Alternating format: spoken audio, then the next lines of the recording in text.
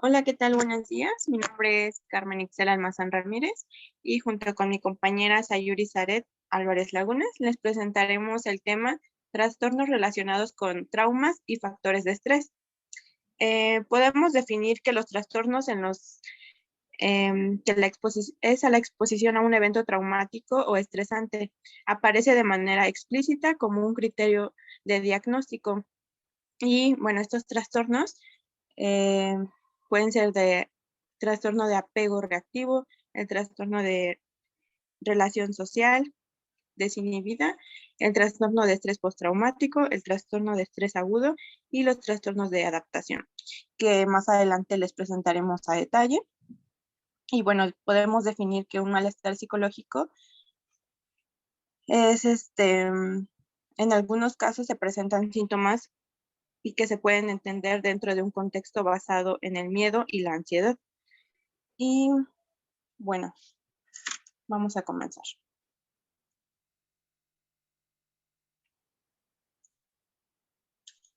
Ok, trastornos de apego reactivo. Aquí tenemos algunos criterios de diagnóstico. Patrón constante de comportamiento inhibido. Y el niño raramente o muy pocas veces busca consuelo cuando siente ese malestar. El niño raramente o muy pocas veces se deja consolar cuando siente malestar. Luego tenemos alteración social y emocional, reacción social y emocional mínima a los demás, afecto positivo limitado, episodios de irritabilidad, tristeza o miedo inexplicado, que son evidentes incluso durante las interacciones no amenazadoras con sus cuidadores. Luego tenemos patrón extremo de cuidado insuficiente. Eh, Esto se puede presentar con una alta negligencia o carencia social, que se manifiesta por la falta persistente de tener cubiertas necesidades emocionales que son básicas para disponer de bienestar, estímulo y afecto por parte de los cuidadores adultos. Y también podemos observar cambios repetidos de los cuidadores primarios. Y así como también educación en contextos no habituales que producen una gran manera de la oportunidad para establecer un apego selectivo. Y luego tenemos las alteraciones del criterio A, comienzan cuando falta el C, cuidado adecuado en el criterio C. Y aquí luego tenemos el E, que no se cumplen los criterios para el trastorno del apego autista. Luego tenemos F, el trastorno es evidente antes de los 5 años. G, el niño tiene una edad de desarrollo de al menos 9 meses, ya que podemos especificar si es persistente el trastorno y ha estado presente durante más de 12 meses y especificar la gravedad actual. Si el trastorno de apego reactivo se especifica como grave, cuando un niño tiene todos los síntomas del trastorno y todos ellos se manifiestan en grado relativamente elevado.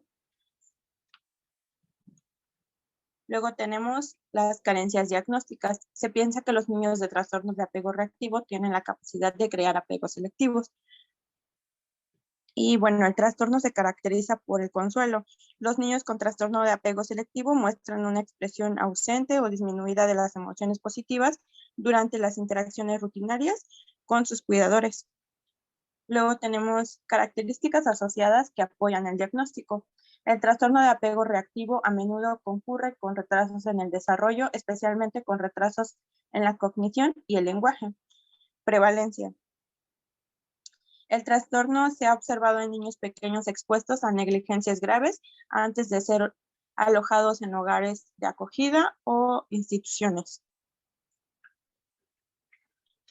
Y bueno, luego tenemos desarrollo y curso.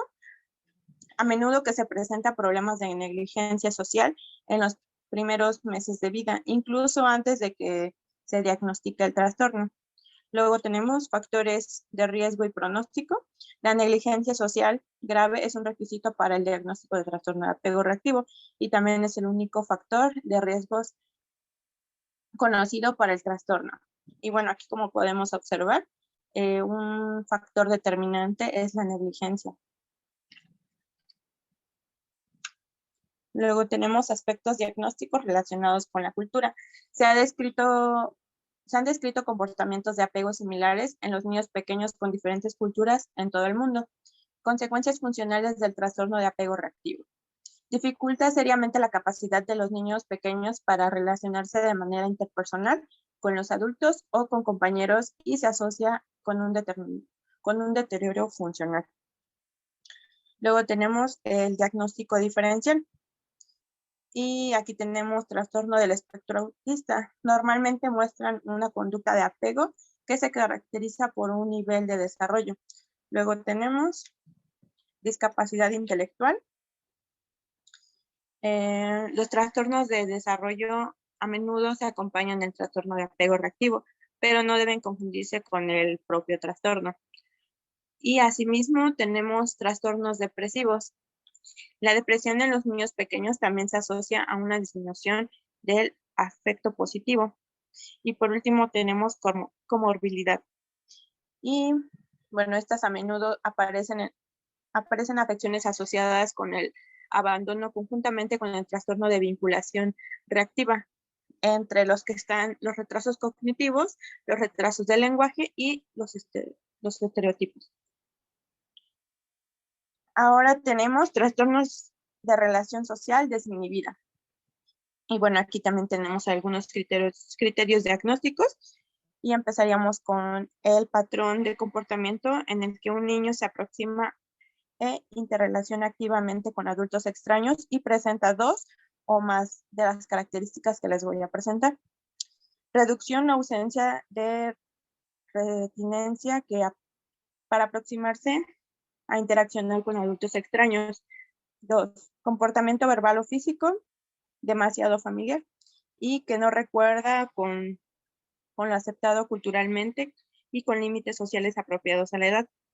Luego recurre poco o nada al cuidador adulto después de una salida arriesgada, incluso en contextos extraños. También tenemos disposición a irse con un adulto extraño con poca o ninguna vacilación. Luego tenemos los comportamientos de criterio A, no se limitan a la impulsividad, pero incluye un comportamiento socialmente desinhibido. Luego tenemos C, el niño ha experimentado un patrón extremo de cuidado insuficiente. Y algunas de las características de estos criterios de diagnóstico son la negligencia o carencia social que se manifiesta por la falta persistente de tener cubiertas las necesidades emocionales básicas para disponer del bienestar, estímulo y afecto por parte de los cuidadores adultos. 2. Cambios repetidos de los cuidadores primarios que reducen la oportunidad de elaborar un apego estable. Luego tenemos educación en contextos no habituales que reducen en gran manera la oportunidad de establecer un apego selectivo. Luego tenemos el criterio D, que se supone que es el factor de cuidado del criterio C y que es responsable de la alteración del comportamiento del criterio A. Y por último, el niño tiene edad de desarrollo de al menos 9 meses. Y aquí debemos especificar si es persistente el trastorno y se ha estado presente durante más de 12 meses.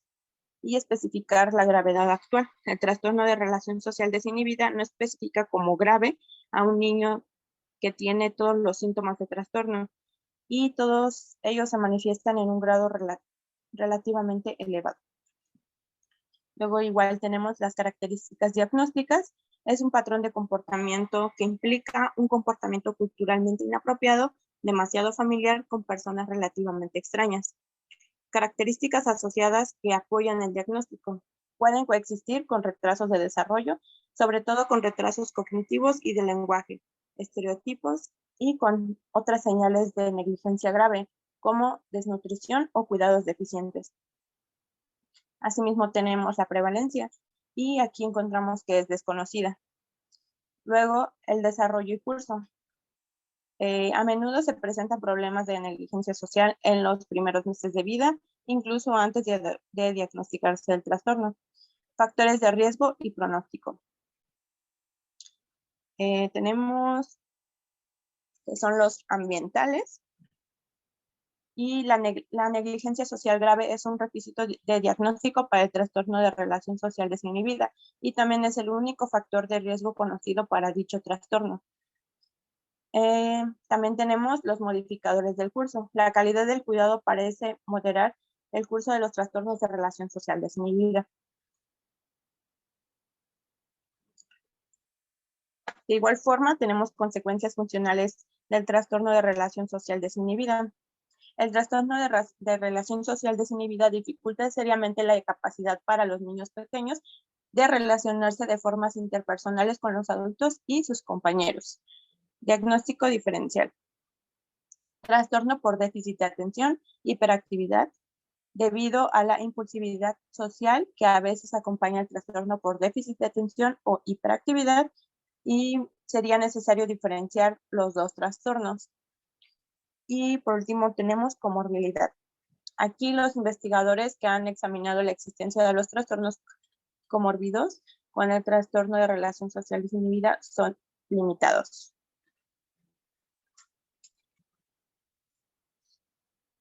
Luego tenemos trastorno de estrés postraumático. Y igual tenemos criterios diagnósticos. Aquí, exposición a la muerte, lesión grave o violencia sexual, ya sea real o amenaza. Y se caracteriza por algunas de las formas siguientes.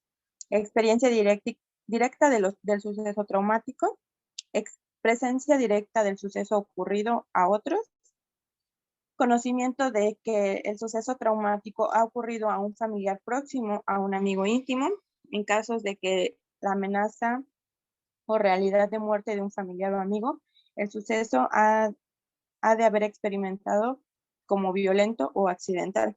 Exposición repetida o extrema a detalles impulsivos de sucesos traumáticos. Y luego tenemos presencia de uno o más de los síntomas de intrusión siguientes asociados a sucesos traumáticos que comienzan después del suceso traumático. Aquí, recuerdos angustiosos recurrentes, involuntarios o intrusivos del suceso traumático. Sueños angustiosos recurrentes en los que el contenido y o afecto del sueño está relacionado con sucesos traumáticos. Reacciones disociativas. Esto aquí nos trae un ejemplo, como escenas retrospectivas en las que el sujeto siente o actúa como si se repitiera el suceso traumático. Malestar psicológico intenso o prolongado al expresar factores internos o externos que simbolizan o se parecen a un aspecto de suceso traumático. Reacciones fisiológicas intensas a factores internos o externos que simbolizan o parecen a un aspecto del suceso traumático. Evitación persistente de estímulos asociados al suceso traumático que comienzan tras el suceso traumático. ¿Cómo se pone de manifiesto? En algunas de estas características que les voy a presentar, que son la evitación o esfuerzos para evitar recuerdos, pensamientos o sentimientos angustiosos acerca o estrechamente asociados al suceso traumático. Evitación o esfuerzos para evitar recordatorios externos, personas, lugares, conversaciones, actividades, objetos o situaciones. Luego tenemos alteraciones negativas cognitivas y en el estado de ánimo asociadas a sucesos traumáticos que comienzan o empeoran después del suceso traumático. Y aquí algunas de las características que tenemos son la incapacidad de recordar un aspecto importante del suceso traumático debido a que típicamente amnesia disociativa y no a otros factores como lesión cerebral, alcohol o drogas. Y también creencias o experiencias negativas persistentes y exageradas sobre uno mismo, los demás o todo el mundo. También tenemos percepción distorsionada, persistente de la causa o de las consecuencias del suceso traumático, que hace que el individuo se acuse a sí mismo o a los demás. Estado emocional negativo persistente, disminución importante del interés o participación de las actividades significativas, sentimiento de desapego o extrañamiento de los demás, incapacidad persistente de experimentar emociones positivas.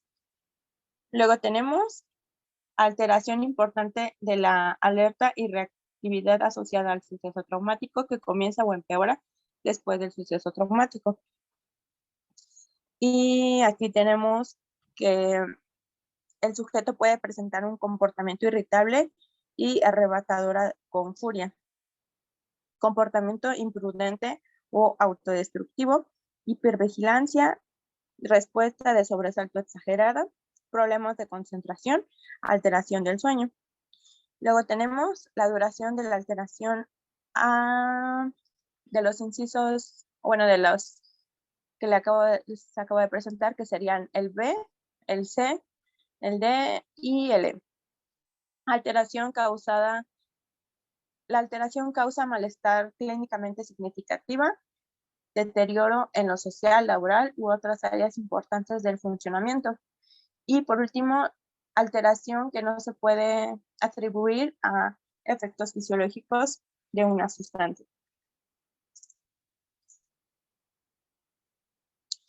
Y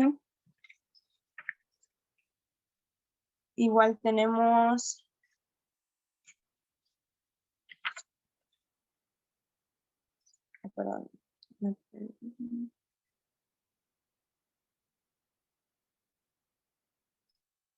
con síntomas disociativos. El individuo experimenta síntomas persistentes o recurrentes de una o más de las siguientes características: despenalización o desrealización. La despenalización, el sujeto experimenta persistentemente o recurrentemente un sentimiento de desapego, y en la desrealización, experiencia persistente o recurrente de irritabilidad del entorno. Y también aquí debemos especificar si con expresión retardada, si la totalidad de los criterios de diagnóstico no cumplen hasta al menos 6 meses del acontecimiento.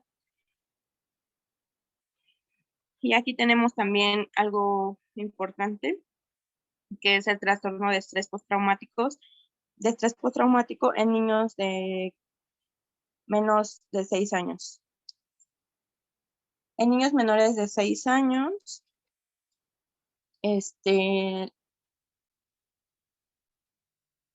la experiencia directa de los sucesos traumáticos, presencia directa del suceso ocurrido a otros, especialmente a los cuidadores primarios, y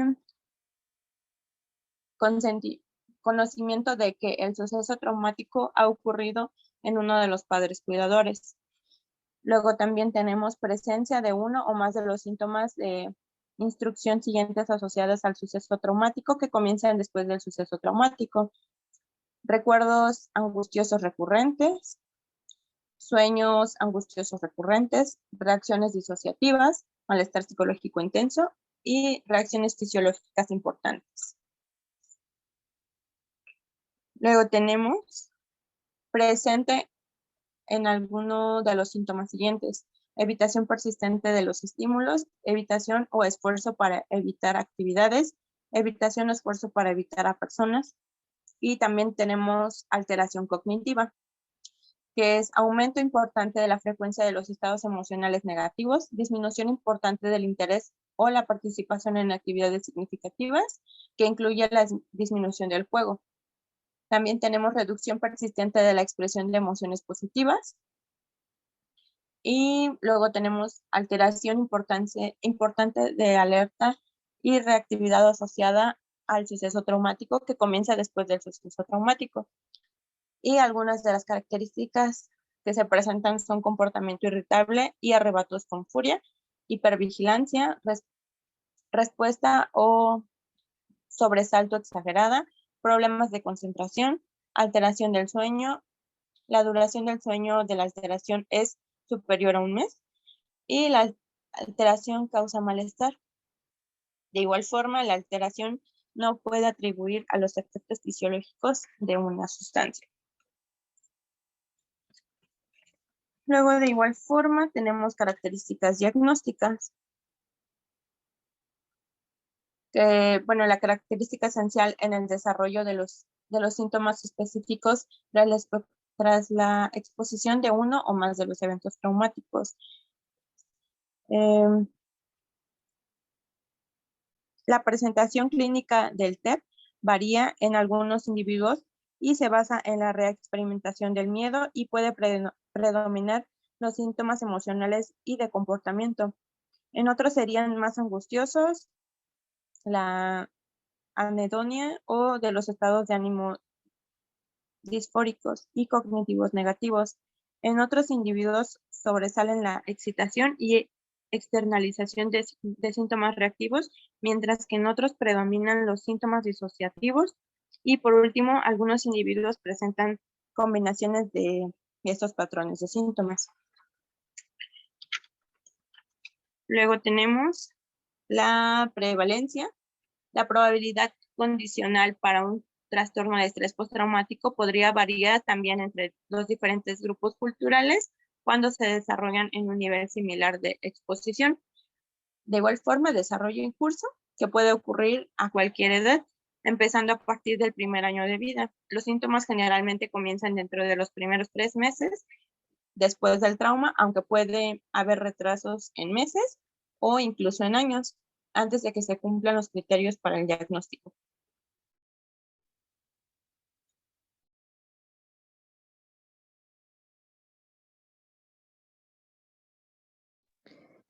Ok, yo les voy a hablar sobre los factores de riesgo y pronóstico sobre el trastorno de estrés postraumático. Bueno, estos factores de riesgo se dividen generalmente en factores pretraumáticos, peritraumáticos y postraumáticos. Y bueno, los factores pretraumáticos son 3. Están los temperamentales, que son los problemas emocionales de la infancia en torno a la edad de 6 años, y los trastornos mentales previos a la exposición al trauma. Está el ambiental, que estos son un bajo nivel socioeconómico, una educación escasa, la exposición a un trauma previo, esto normalmente es en la infancia, la adversidad en la niñez, como puede ser necesidades económicas, disfunción familiar, la separación de los padres o la muerte de algún ser querido. Después, las características culturales, una deficiencia de inteligencia y una historia psiquiátrica familiar. Y vienen después los genéticos y fisiológicos. Y aquí son enfocados al sexo femenino, y también mencionaba que están como por una edad más joven que en el momento de la exposición al trauma. Y después vienen los factores peritraumáticos, y estos son ambientales y consisten en la gravedad del trauma, el peligro vital percibido, las lesiones personales y la violencia interpersonal. Aquí en lo de la... Ay, perdón, voy a explicar un poco. En lo de la gravedad del trauma, menciona que también depende mucho de la percepción de la persona, o sea, qué tanto impactó el suceso en la persona. Y en lo de la violencia interpersonal, se menciona mucho también como sobre los niños, aquí como a veces que los niños están como expuestos a violencias familiares, como ven como la pelea de los padres, a ellos les afecta mucho recibir como violencia a ellos mismos o ver que violentan a un cuidador. Ahora sí, la siguiente, por favor.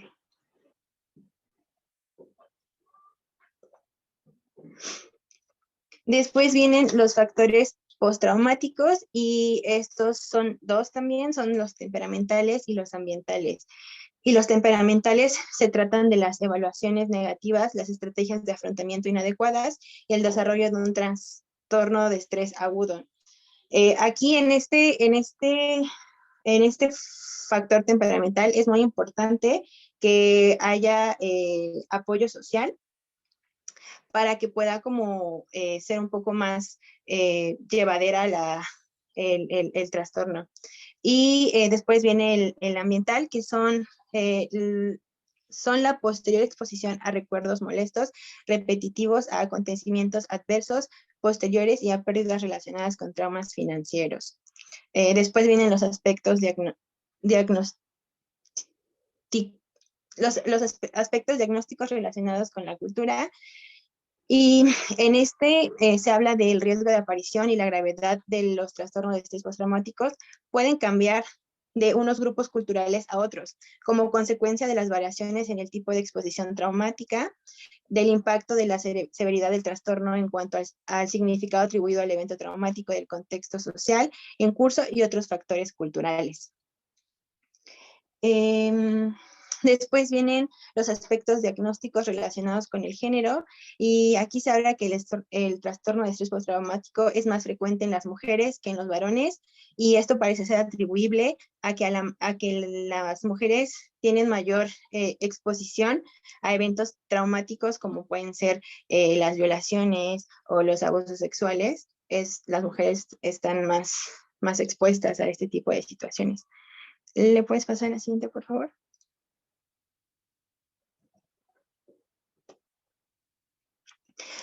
También se habla de riesgo de suicidio y se menciona que en el trastorno de estrés postraumático se asocia con una idea de suicida o intento de suicidio. Entonces habla que la persona que esté pasando por ese tipo de trastorno va a crear algún plan suicida e incluso puede llegar a intentar hacerlo. Después vienen consecuencias funcionales del trastorno de estrés postraumático y habla de un deterioro funcional que exhibe a través de los dominios sociales, interpersonales, del desarrollo, educacionales, de salud física y ocupacionales. En el diagnóstico diferencial se hablan del trastorno de adaptación, del trastorno de estrés agudo, del trastorno de ansiedad y trastorno obsesivo-compulsivo, del trastorno depresivo mayor, del trastorno de la personalidad, del trastorno disociativo, del trastorno de conversión, de los trastornos psicóticos y de la lesión cerebral traumática. Con respecto a la comorbilidad, se habla que los individuos con trastorno de estrés postraumático son un 80% más propensos a presentar síntomas que cumplen con los criterios diagnósticos para al menos otro trastorno mental. ¿Le puedes pasar a la siguiente, por favor? Bueno, el siguiente trastorno es el trastorno de estrés agudo y voy a hablarles sobre los criterios diagnósticos. Este trastorno tiene 5 criterios diagnósticos y son de la A a la E, ¿no? Entonces, el primer criterio es exposición a la muerte, lesión grave o violencia sexual. Estas pueden ser reales o solamente amenazas. Y se pueden presentar en una de las formas siguientes, que son en experiencias directas al suceso traumático, o sea, puede ser que la persona sea la que lo sufra directamente, o puede tener presencia directa del suceso ocurrido a otros, y también el conocimiento del conocimiento de que el suceso traumático le ha ocurrido a un familiar próximo o a un amigo muy íntimo. Y la última es la exposición repetida o extrema a detalles repulsivos de suceso traumático. Un ejemplo de esta pueden ser los socorristas, ya que ellos están expuestos repetidamente a situaciones muy fuertes, muy complejas, ¿no? Entonces, estas personas pueden presentar trastorno de estrés agudos, pues, en algún momento de su vida, ¿no? Después, el criterio B es la presencia de 9 o más de los síntomas de alguna de las 5 categorías de intrusión, del estado de ánimo negativo, de disociación, de evitación y alerta, que comienzan o empeoran después del suceso traumático. Bueno, sobre los síntomas de intrusión, algunos de estos son recuerdos angustiosos recurrentes, involuntarios e intrusivos del suceso traumático. También pueden tener sueños angustiosos recurrentes en los que el contenido del sueño está relacionado con el suceso de trauma. También tienen reacciones disociativas en las que el individuo siente o actúa como si estuviera repitiéndose el suceso de trauma. También pueden presentar malestares psicológicos intensos o prolongados o reacciones fisiológicas importantes en respuesta a factores internos o externos que simbolizan o se aparecen a un aspecto del suceso traumático. Después viene el estado de ánimo negativo y esto pues es básicamente la incapacidad de la persona para tener emociones positivas, como ya sea la felicidad o presentar sentimiento de satisfacción o sentimientos amorosos. Esos no los puede presentar en ese periodo, ¿no?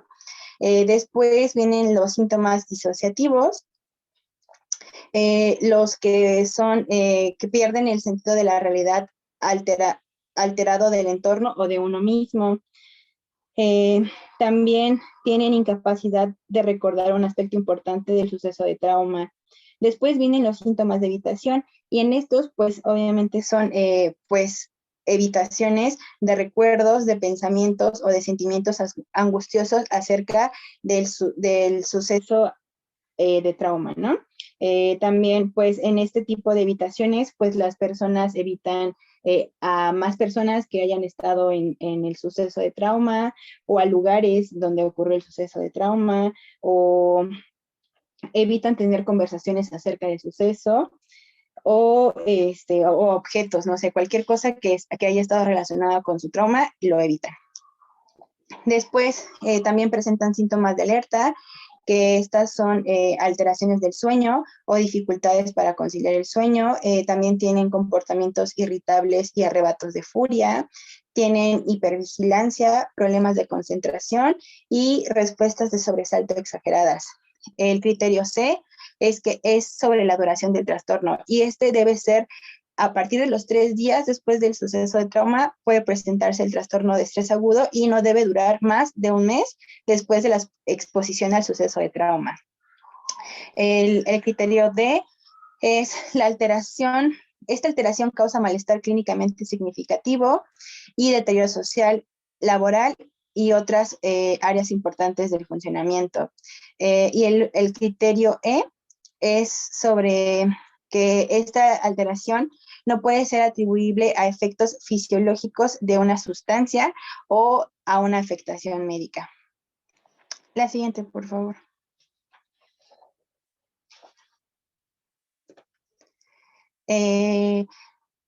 Las siguientes son las características diagnósticas y en estas habla que la característica esencial de ese trastorno es el desarrollo de síntomas característicos con una duración de 3 a un mes, como les hablaba en la diapositiva pasada, tras la exposición al evento traumático, ¿no? A uno o a más eventos traumáticos. Y la presentación clínica del trastorno puede variar según la persona, pero normalmente implica una respuesta de ansiedad que incluye alguna forma de revivir el suceso traumático o de reactividad al evento traumático.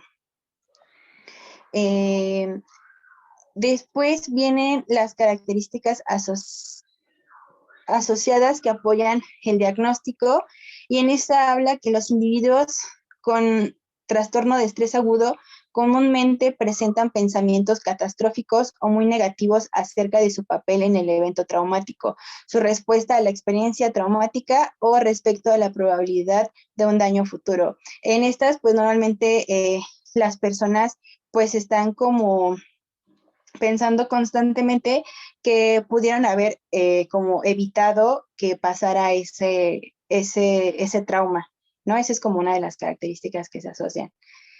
Sobre la prevalencia, se habla que en poblaciones de Estados Unidos el trastorno de estrés agudo tiende a identificarse en al menos el 20% de los casos después de sucesos traumáticos que no impliquen un asalto interpersonal, ya que la tasa más alta que es entre los 50 se manifiesta después de eventos traumáticos interpersonales, como ya son los asaltos y las violaciones, o como en Estados Unidos pasa mucho lo de los tiroteos, pues el ejemplo es sobre las personas que son testigos de tiroteos masivos, después de que las personas están como, se ponen como a este tipo de situaciones como lo del tiroteo, pues entonces pueden desarrollar el trastorno de estrés agudo. Después viene el desarrollo y el curso. Y aquí no se puede diagnosticar hasta los 3 días después del evento traumático. Si dura más de un mes, ese trastorno, entonces si dura más de un mes con estos síntomas que se presentan, puede evolucionar a un trastorno de estrés postraumático, que obviamente pues el trastorno de estrés postraumático tiene más duración, ¿no?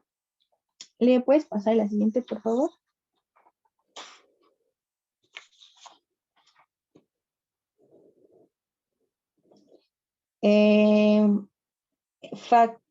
Voy a hablar sobre los factores de riesgo y pronóstico. Y bueno, aquí son dos factores. Están los temperamentales y los ambientales. Y en los temperamentales se habla sobre un trastorno mental previo, altos niveles de afecto negativo, mayor gravedad percibida del evento traumático y un estilo de afrontamiento evitativo. En los ambientales se habla sobre el factor de riesgo de una historia de trauma anterior. Como les mencionaba, puede ser pues en la infancia o en cualquier otra etapa de la vida, en la situación de historia de trauma. Después vienen los aspectos diagnósticos relacionados con la cultura. Y aquí se habla sobre los síndromes culturales y las expresiones de angustia dan forma a los diferentes perfiles de los síntomas del trastorno de estrés agudo según la región, ¿no? Después vienen los aspectos diagnósticos relacionados con el género y de nuevo se habla que es más frecuente en mujeres y de nuevo menciona que es atribuible porque estamos más expuestas a situaciones como de violaciones y otras formas de violencia interpersonal. Las consecuencias funcionales del trastorno de estrés agudo son el deterioro del funcionamiento en los ámbitos sociales, interpersonales y laborales. Después viene en los diagnósticos diferenciales, se habla sobre los trastornos de adaptación, los trastornos de pánico, el trastorno disociativo, el trastorno de estrés postraumático, el trastorno obsesivo-compulsivo, el trastorno psicótico y las lesiones cerebrales traumáticas. ¿Le puedes pasar a la siguiente, por favor?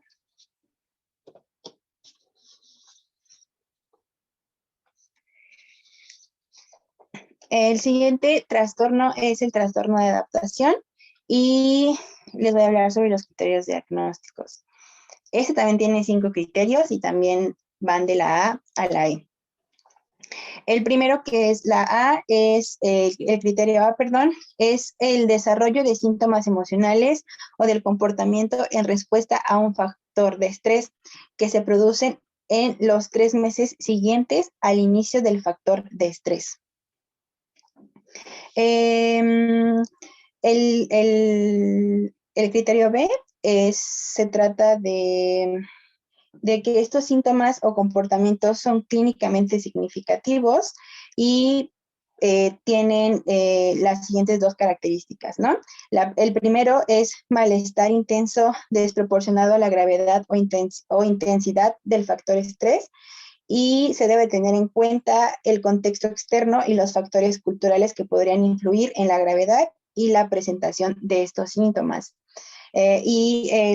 La segunda característica es que tienen un deterioro significativo en el área social, laboral y otras áreas importantes del funcionamiento. El criterio C es la alteración relacionada con el estrés. Es que la alteración relacionada con el estrés no cumple los criterios para otro trastorno mental y no es simplemente una exacerbación de un trastorno mental preexistente. En esto cabe mencionar que los síntomas no representan el duelo normal y que una vez que el factor de estrés o sus consecuencias han terminado, los síntomas se mantienen durante más de otros 6 meses, o sea, después de lo que dura este trastorno. Y es preciso especificar si el trastorno viene acompañado de estado de ánimo deprimido, o con ansiedad, o si está con ansiedad mixta y estado de ánimo deprimido, si tiene alteración de la conducta, o si tiene alteración mixta de las emociones y de la conducta. Y también se debe de especificar si el trastorno es agudo o persistente. Si es agudo, significa que la alteración dura menos de 6 meses, y si es persistente, se vuelve crónico, y entonces significa que la alteración dura de 6 meses a más. ¿Le puedes pasar a la siguiente, por favor?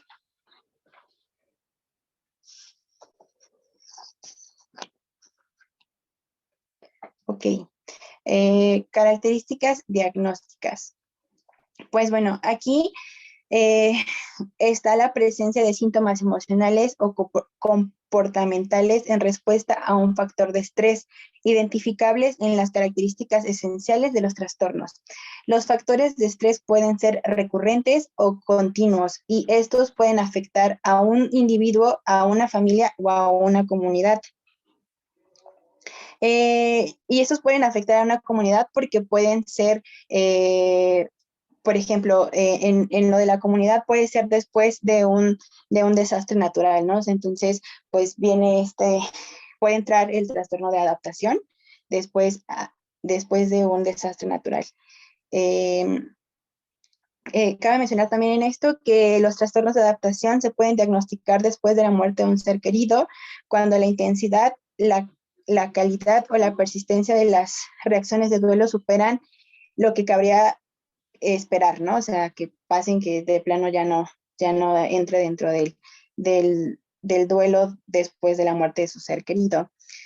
Después viene la prevalencia, y en esta se habla que el porcentaje oscila entre aproximadamente el 5 y el 20% en consulta psiquiátrica hospitalaria, y a menudo el diagnóstico en este tipo de consulta hospitalaria es el más común, y la cifra se acerca hasta el 50% de las personas que llegan a consulta psiquiátrica, ¿no?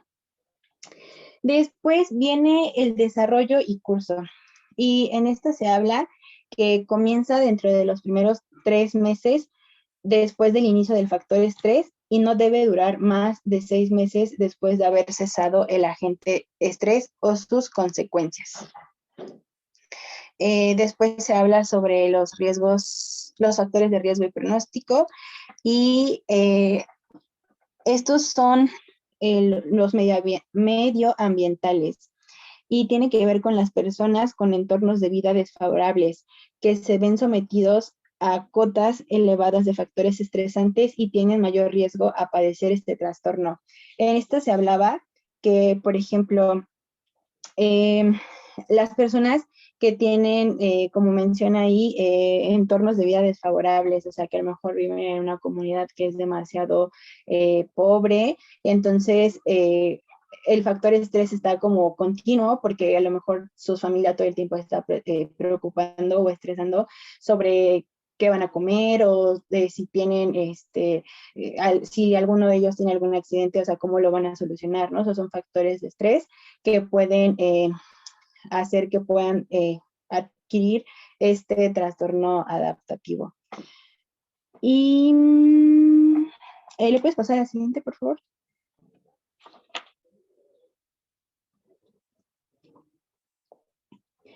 Después vienen los aspectos diagnósticos relacionados con la cultura, y en este se habla sobre el contexto del ámbito cultural de la persona. Se debe tener en cuenta al hacerse el juicio clínico de si la respuesta de este factor estresante es o no desadaptada, o de si el malestar psíquico acompañante es mayor o no del que cabría esperar. Pero eso también se tiene que ver se tiene que tomar mucho en cuenta, como menciona aquí, pues el ámbito cultural, porque hay algunas situaciones que en unas culturas son esperadas y en otras podría ser como un señal de alerta, ¿no? Después vienen las consecuencias funcionales de los trastornos adaptativos, y en esto se habla sobre que el malestar subjetivo o el deterioro de la actividad asociada con los trastornos de adaptación se manifiesta con frecuencia como una disminución del rendimiento en el trabajo o en la escuela, y con cambios temporales en las relaciones sociales. Pero esto es mientras tienen el trastorno. Se espera que cuando puedan como dejarlo, puedan retomar como la adaptación a estas áreas del funcionamiento. Después viene el diagnóstico diferencial y en esta se mencionan trastornos como el trastorno de estrés postraumático y el trastorno de estrés agudo, ¿no? Que se mencionaron en las diapositivas anteriores, y también habla sobre el trastorno de la personalidad y sobre las reacciones normales de estrés. Y sobre la comorbilidad, se dice que los trastornos de adaptación pueden acompañar a la mayoría de los trastornos mentales y a cualquier trastorno médico. Estos trastornos acompañan frecuentemente a las enfermedades médicas y pueden ser la respuesta psicológica a un trastorno médico. Entonces, por ejemplo, cuando están como dándole un diagnóstico médico a alguna persona, el trastorno de adaptación puede ser la respuesta que tenga de primer momento a esa noticia que le acaban de dar sobre algún trastorno médico. Y pues bueno, por mi parte sería todo. Y pues muchas gracias, compañeros.